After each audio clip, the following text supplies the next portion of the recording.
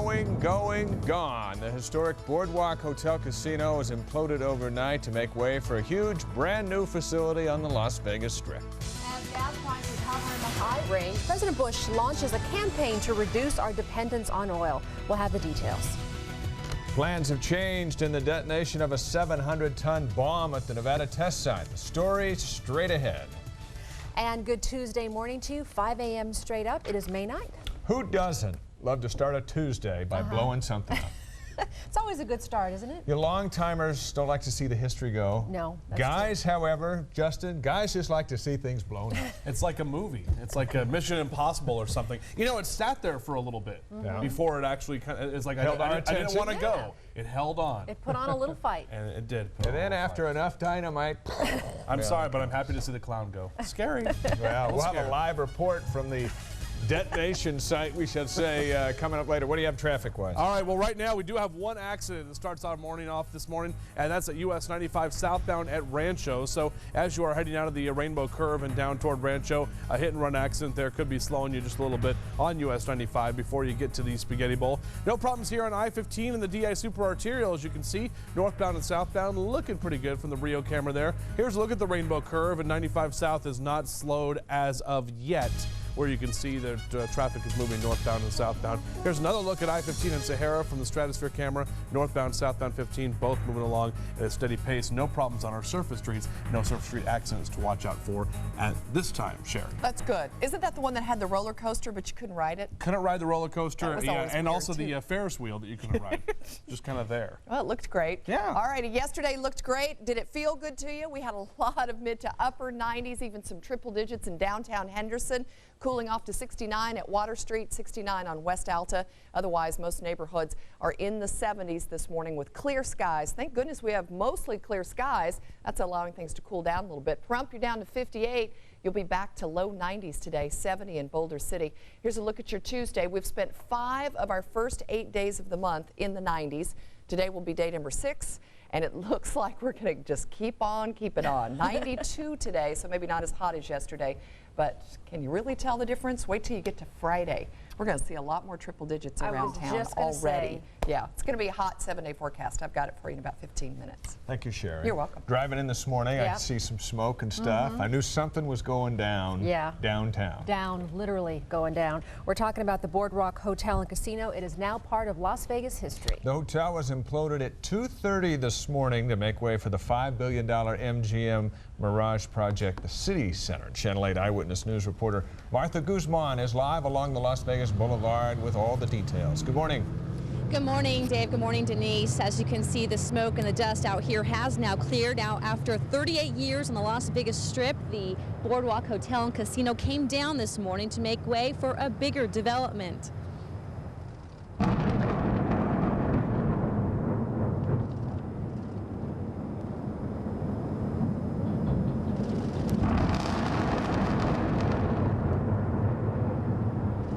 She is down. 170 pounds of explosives brought down the 16-story structure in a matter of seconds. A thick cloud of smoke followed. The parking garage structure next to the hotel casino remains standing to minimize the amount of dust from the implosion. Many tourists on the Las Vegas Strip, like Ben Puyer, were surprised to see the building come down. We had no clue it was even going on. We were walking this way and they're clearing the streets. I'm like, what's going on? They said, that's gonna explode, or implode, I'm sorry.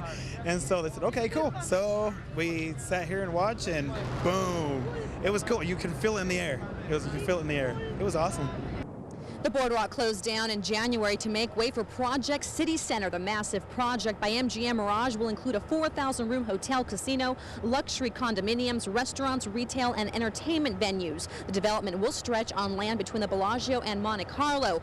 Back out here live, the City Center project is expected to create 7,000 construction jobs and 12,000 new permanent positions when the project is complete in the year 2010. Reporting live on Las Vegas Boulevard, Martha Guzman, Channel 8. Eyewitness News. Thank you, Martha. The last casino to be imploded was Bourbon Street on Valentine's Day. You know, I can watch that all morning long. And the good news is we're going to show it to you all morning long. So if you want to see it again, hang with us a few minutes and we'll bring it down one more time. All right, well, no surprise this morning. Gas prices, something that's not going down, going up again. Well, here in the Valley, AAA says we're paying about $3.13 a gallon for regular unleaded. A month ago, $2.65 for those of you keeping track. Drivers around the nation paying a bit less at $2.90 a gallon. Well, with gas prices hovering pretty high, a St. Louis man apparently thought out an elaborate plot to steal gas. Police say he used a key to unlock the pump, wire it up with a special keypad, punch in a code, and get free gas. Authorities captured that suspect, but not after they say he stole thousands of dollars worth of gas. To reduce our dependence on foreign oil, President Bush is pushing for improved fuel economy standards today. He wants Congress to give him the authority to raise what are known as CAFE standards, or corporate average fuel economy standards, for passenger vehicles. They're set at 27.5 miles a gallon, and lawmakers like Henry Waxman say we waited too long to do something about the problem. We've got to reduce our dependence on foreign oil. CAFE is the best tool we have for doing it. The administration could have used authority under CAFE years ago to address this issue. Our response on the CAFE standard is not a short-term response in terms of what is happening with fuel prices. The Transportation Secretary thinks overhauling fuel economy standards will not reduce oil consumption in the short run. At today's hearing, the auto industry is expected to argue many cars already exceed CAFE standards. Well, did you know that the solution to our sky-high gas prices could be right under our feet? Coming up at 5:30, George Knapp is going to show us whether Nevada's oil reserves could help cut the cost at the pump. Fast-moving brush fires in Florida are being blamed on, quote, negligence and people just doing harm. Those are strong words from the governor of Florida. So far, dozens of people have lost their homes as firefighters try to get about 50 fast-moving brush fires under control across the state. The fires have already scorched more than 8,000 acres. Well, experts say the biggest problem when it comes to children starting fires is absent parents. Right now, Nevada has an abnormally high number of young children who start fires intentionally. This is what happened last year when a 15-year-old burned down the gym at Roy Martin Middle School. Jeff Donahue with Nevada's Fire Prevention Association says parents need to be involved with their kids. And they're not really keeping an eye on what their kids are doing during the day.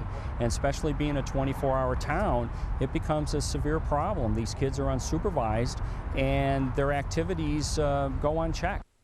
Well, if you think your child may have any unhealthy interest in fires, be sure to check out our website at KLAStv.com.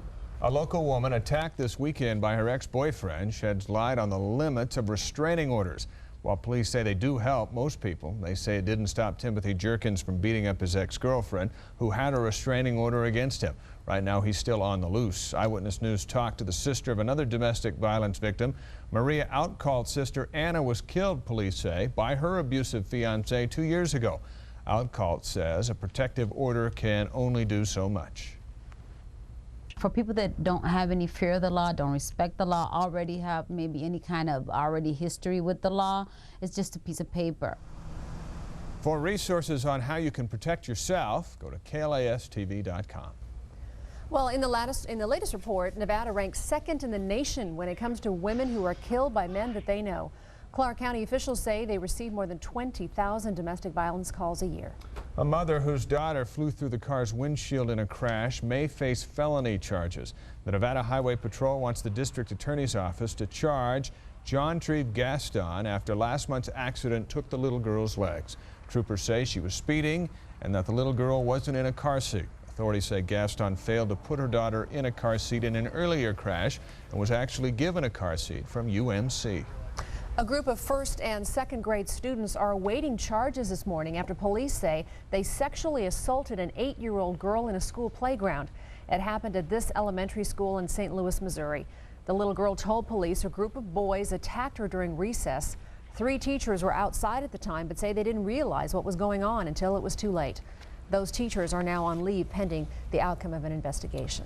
He claimed he was guilty, but now Al-Qaeda conspirator Zacarias Moussaoui changing his mind. He now says he lied on the stand about being involved in 9/11 and wants to withdraw his guilty plea. But a judge quickly denied the motion filed for a retrial. Last week, Moussaoui was sentenced to life in prison. The war on terror has claimed the lives of 2 local soldiers. The families of Carlos Fans tells Eyewitness News that he died on Friday in a helicopter crash in Afghanistan. He was one of 10 soldiers killed, and he lived in Henderson. Army Reserve Specialist Teodoro Torres Jr., who moved to Las Vegas before getting deployed, also died this weekend. He was killed in a roadside bomb attack in Baghdad. A crowd at a Darfur refugee camp suddenly turned on a group suspecting one of them was a government spy. What's happening? Go! What's happening? Whoa, whoa, whoa. Whoa, stop, stop, stop, stop, stop, stop. This is what the scene looked like as the angry mob chased out a United Nations official, AIDS workers, and journalists. One of the interpreters in the van was killed. The attack came just a few days after Sudan's government and the main rebel group in Darfur signed a peace agreement. Well, people concerned about potential health hazards want the detonation of a 700-ton bomb in the Nevada test site scrapped altogether. But the explosion so far has only been delayed from June 1st to the 23rd because of a pending lawsuit. Residents like this woman, who want to go by the name of Karen, says that she's afraid the Divine Strike experiment will throw up contaminated dust into the air. So she is now handing out flyers warning of what she thinks might happen. A mile and a half away, they have 16A bunkers where they blew up 6 nukes. People need to let them know that we are not the test bed. There's no way that this explosion can interact with those 6 nuclear tests that were done deeply underground here. That was the voice there of Darwin Morgan from the Nevada test site. He's their spokesperson. He adds that scientific tests have shown those nuclear tests, which were done deep underground, will not hurt us. It's a star-studded grand opening for a new school in New Orleans. Ahead, the unique mission that will help hundreds of children who lost their homes after Hurricane Katrina. And Sherry Swensk will tell us if we're going to get closer to those triple digits this week. Justin Cooper's all wound up this morning, and he'll be here with the latest information on your Tuesday morning commute in Sky Witness traffic. You're watching Channel 8 Eyewitness News this morning. It's not just news, it's eyewitness